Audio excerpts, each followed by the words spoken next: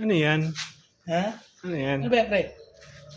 Kumusta kayo dyan sa Olongapo?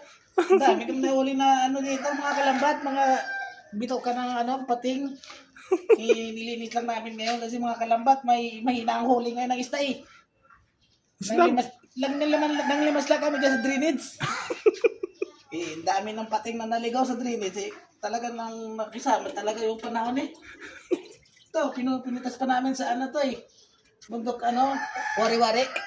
Ano ba yan? Bundok wari-wari, papaya. Oo, dahon no. Marijuana to eh. Marijuana. Tinulang marijuana yung kanay namin nagpating. Ano to mga kalambat? Kalambat. Ito, tinatanggalan po natin yung dumi yung mga mga Anong isda yan, kalambat? to eh. Ari ng pating.